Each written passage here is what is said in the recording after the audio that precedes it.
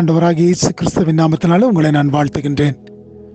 ஒரு புதிய நாளுக்குள்ளாய் நானும் நீங்களும் பிரவேசித்து தேவனுக்கு நன்றி செலுத்தும்படியான கிருபைகளை நமக்கு தேவன் தந்திருக்கின்றார்.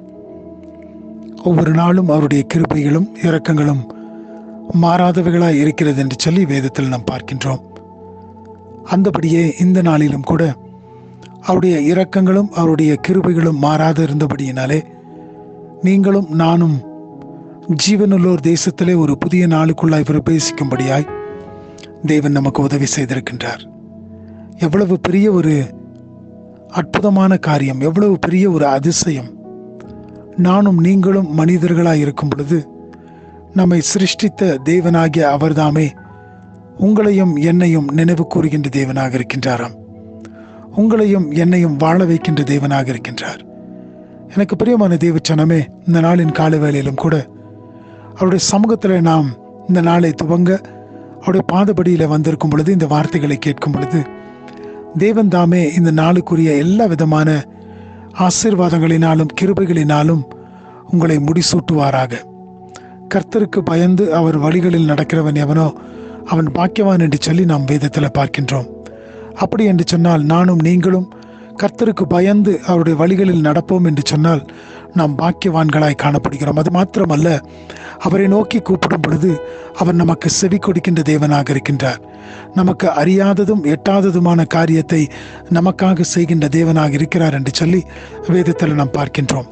இன்றைக்கும் கூட எரேமியா தீர்க்கதரிசியின் புஸ்தகம் 33வது அதிகாரம் 3வது வசனத்தை நான் வாசிக்கின்றேன். Jeremiah chapter 33 verse 3. என்னை நோக்கி கூப்பிடு, அப்பொழுது நான் உனக்கு உத்தரவு கொடுத்து நீ அறியாததும் உனக்கு எட்டாததுமான பெரிய காரியங்களை உனக்கு அறிவிப்பேன். ஆம், எனக்கு பிரியமான தேவச்சனமே, நானும் நீங்களும் அவரை நோக்கி கூப்பிடுகின்ற வேளையிலே அவர் நமக்கு உத்தரவு கொடுக்கின்ற தேவனாக இருக்கின்றாராம். அநேக சூழ்நிலைகளில் பார்க்கும் பொழுது நாம் யாரை கூப்பிட முடியும், யாரை நான் கூப்பிடுவேன் என்று சொல்லி நாம் அங்கலாய்க்கின்ற ஒரு சூழ்நிலைகளுக்குள்ளாக கடந்து வருகின்றோம்.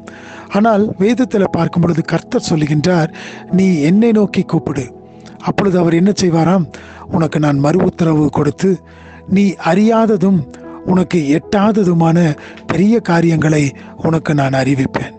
உன்னால அறிந்து கொள்ள முடியாது, உன்னாலே அதை எட்டி கூட பிடிக்க கூட முடியாது, தொடக்கூட முடியாது. ஆனால் நீ கர்த்தரை நோக்கி கூப்பிடும் பொழுது அவர் உனக்கு பெரிய காரியங்களை உனக்கு அறிவிக்கின்ற தேவனாக இருக்கின்றார்.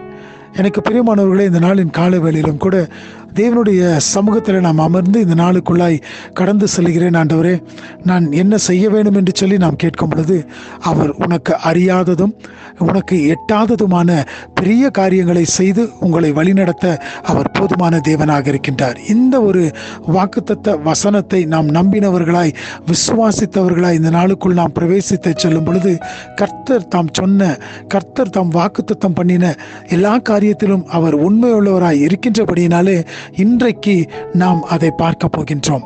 இன்றைக்கே அந்த காரியத்தை தேவன் நமக்காக செய்து முடிக்கின்றவராக இருக்கின்றார்.